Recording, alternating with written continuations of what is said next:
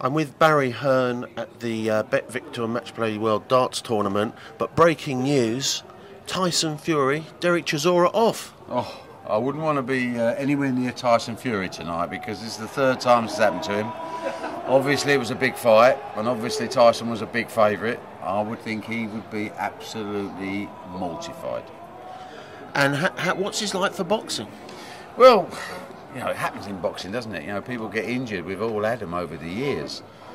Chisora, you know, they both talked a great fight coming up for Saturday. I mean, it's a card with I don't know how many fights on, something like 15 fights or something. So I understand the card's going on, but of course the fans are going to be disappointed at what they bought their ticket for, Fury Chisora. And I think a lot of people in boxing were looking, me included, looking forward to that because it wasn't a great fight the first time, but I think, you know, we get involved with the hype, don't we? And, you know, Tyson Fury is a very entertaining and engaging character. So there was a lot of interest and, you know, if the fans will be disappointed, obviously the fighters will be absolutely gutted because, you know, you don't fight, you don't get paid. And of course, Dereck, as you said, the first fight wasn't the greatest fight, but Dereck's an improved fighter. I think so. I mean, the word from the gyms was that he's worked really hard and he looked sharp and, you know, his weight was down and he knew that he had to improve from last time because it wasn't going to be competitive otherwise. I mean, I still had Tyson Fury as a big favourite in the fight, but, you know, it's heavyweights and one punch can change a fight, as you know, at any time. Looking at this going forward, do you think, you know, being a promoter of the major big fights, do you think this fight happens again at another time, or do you think the time is past now? It's a little bit like, you know, David Haye was coming back and, you know, and I think in the end the public they get a little bit disillusioned and sometimes unfairly because people do get injured. Can I see it happening in the future? Probably not, to be perfectly honest, but who's to say, you know, I mean, if they get it together. But Tyson Fury must be sitting there thinking, I've done all this training, I know he's trained really hard, Peter's got him in shape, and Peter Fury, I think he's going to be looking for a fight, and I don't know how long Dereck's going to be out. I mean, how serious was a fracture?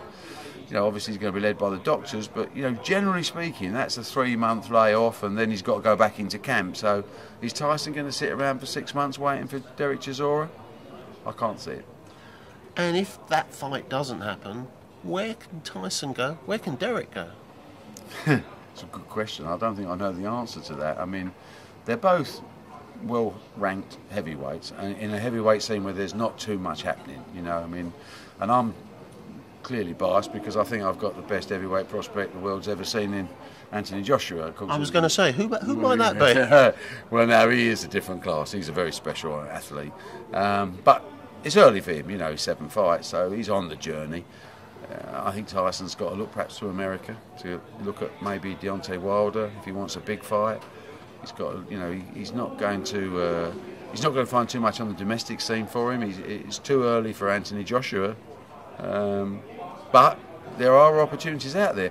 You know, we live in a world of broadcast. It's all about TV stations. Who wants what? Who's going to do? So maybe, you know, Box Nation's going to come up with an idea for an interim fight. Perhaps that might be a way around it. But it just depends on the doctor's prognosis on Chisora's injury. If it's serious and he's out for 6 months, then Tyson's got to look elsewhere because bills don't get paid by sitting in the gym.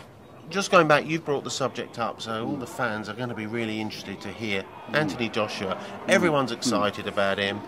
Some of the fans are saying, well, he isn't really fighting people yet. No, of course what's next? What's the plan? Well, you see, you learn more about a fighter in the gym at this stage because obviously you're protecting him. I mean, he's a young man, he's 24 years old. Trust me when I tell you, this is the best I've ever seen.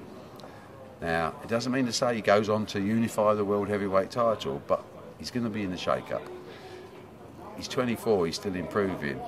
So he's got a big fight coming up in end of August at Dublin against a fighter that went 10 rounds with David Price. So we'll get a chance to see what type of job does AJ do on him. And then looks like Michael Sprott in London on October the 11th. This is a nice progression of building him up to, you know, the quality he's got to fight.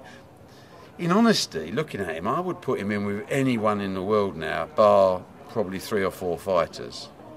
But it's just too early commercially. So I've got to let him grow. We've got to let him experience all the problems of training, because the improvement that I can see in him fight by fight is quite staggering.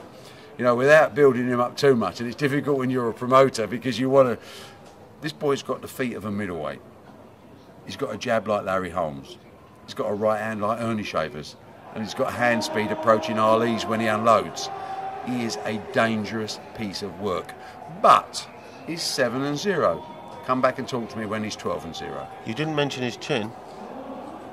We've been sparring with Anthony in the gym without head guards on for the last few months.